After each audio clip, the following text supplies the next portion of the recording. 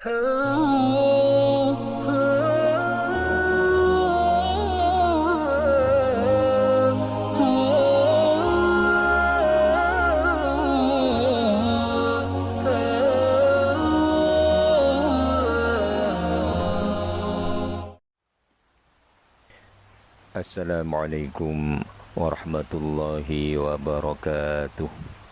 Alhamdulillahi rabbil alamin. Wa bihi nasta'inu ala umurid dunya waddin.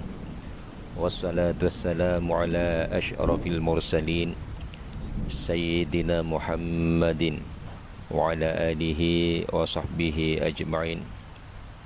Subhanaka la ilma lana illa ma'allamtana innaka antal alimul hakim.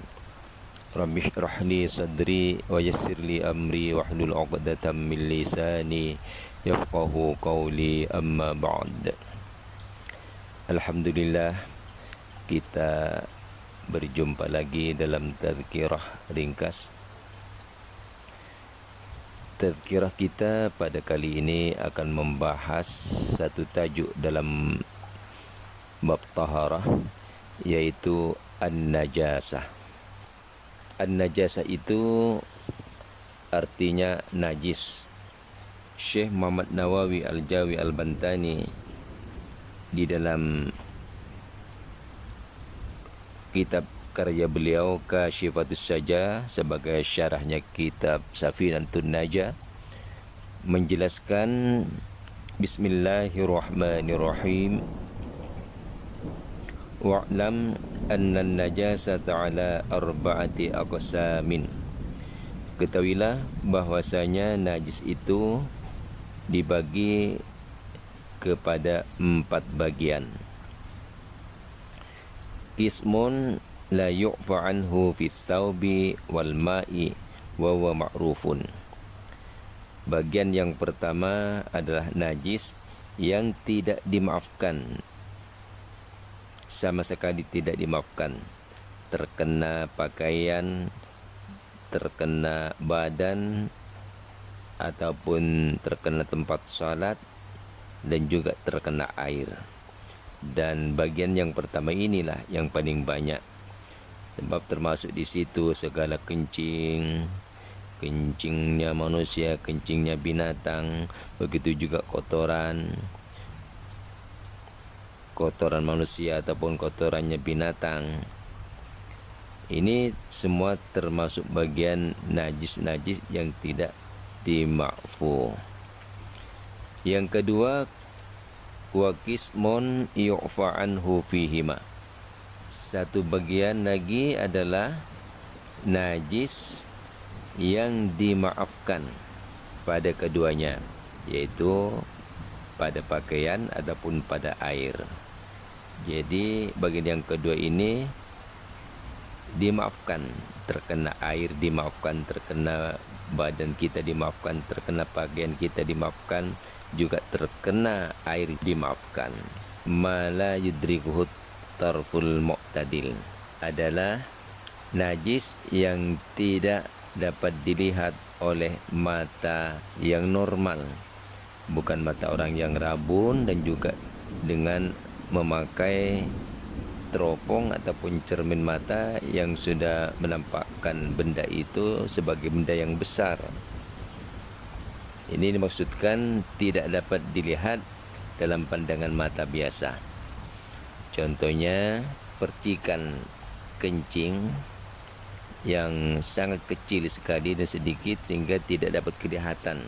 Begitu terkena badan kita atau terkena pakaian kita, kita tidak nampak. Maka itu termasuk najis yang dima'fu. Juga termasuk bagian ini adalah najis yang melekat di kakinya, lalat hingga ke benda yang basah, kemudian hinggap ke badan kita ataupun pakaian kita, ataupun hinggap ke makanan, hinggap ke air. Maka apa saja yang dihinggapi lalat itu tadi, walaupun dia membawa najis, tapi status najisnya itu adalah najis ma'fu. Jadi kalau ada lalat hinggap ke najis kemudian pindah ke dalam cawan yang sedang kita minum, tersentuh airnya di situ, itu kita masih boleh minum, sebab walaupun terkena najis yang kita yakin tadi kakinya itu hinggap di atas bangkai yang mati ataupun di atas darah, tapi dimaafkan. Ini bagian yang kedua.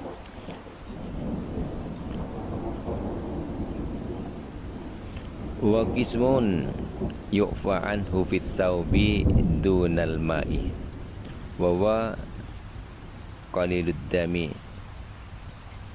Bagian yang ketiga adalah najis yang dimaafkan ketika terkena pakaian ataupun terkena badan atau terkena tempat salat, tapi tidak dimaafkan kalau terkena air. Wa wa qalilud dam. Bagian yang ketiga ini adalah darah yang sedikit.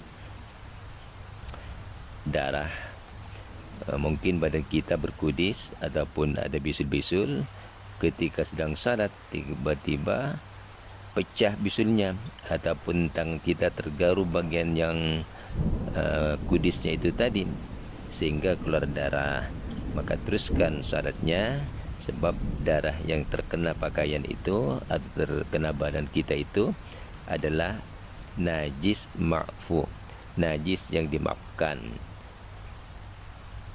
asal tidak terkena air. Tapi nanti apabila sudah terkena air, pakaian yang berdarah itu terkena air atau badan kita terkena air, maka wajib dicuci dengan air sampai suci. Ini bagian yang ketiga. Wa min hadzal qismi, dan termasuk bagian yang ketiga ini, artinya dimaafkan kalau terkena pakaian ataupun badan, tapi tidak dimaafkan apabila terkena air. Termasuk kategori ini atharul istinja fayu'fu anhu fil badan wathawb, adalah bekas sehabis kita qadil hajah, sehabis kita kencing ataupun berak, kita bukan bersuci dengan air tapi menggunakan batu ataupun sesamanya, tisu ataupun kertas. Memang pada keterangan dalam kitab-kitab itu yang banyak diterangkan istinja itu dengan batu, sekurang-kurangnya 3 batu ataupun batu satu, tapi ada 3 sudut di situ, dan najisnya sehingga 3 kali usapan itu bersih, maka itu sudah cukup.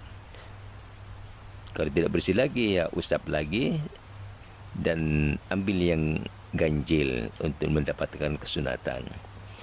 Jadi searti dengan istinja dengan batu ini menggunakan tisu ataupun kain yang sudah buruk, yang sudah tidak akan digunakan lagi, bisa juga, sebab dapat menyerap najis. Lain halnya dengan kita menggunakan benda keras tapi licin. Contohnya selepas buang air besar, kita mau bersuci lalu menggunakan sepatutnya batu ataupun samanya, tapi menggunakan batang bambu. Ya, menggunakan batang bambu itu kan licin, bukan bersih, bukan diserap najisnya, malah akan bertaburan, akan lebih luas lagi. Fayu'fu anhu fil badani wathaubi, maka orang yang beristinja menggunakan batu dan sesamanya itu dimaafkan.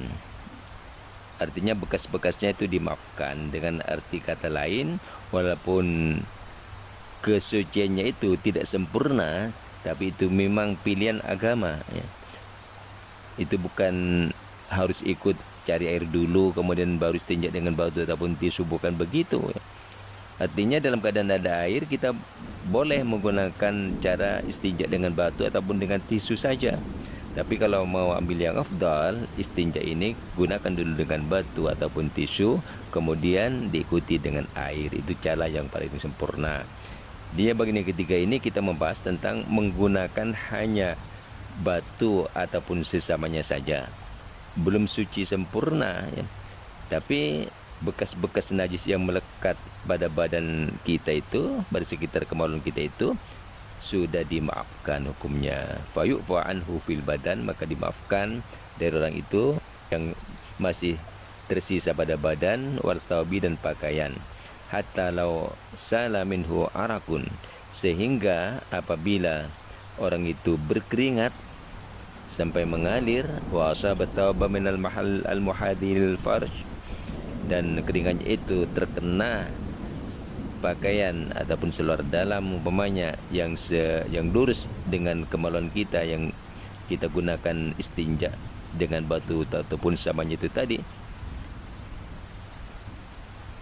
perlu mengalir sampai lurus ataupun yang bagian kemaluan kita, lalu pakaian yang sudah dibasahi dengan peluk itu tadi terkena bagian-bagian yang kita usap dengan batu ataupun tisu ketika beristinja itu tadi.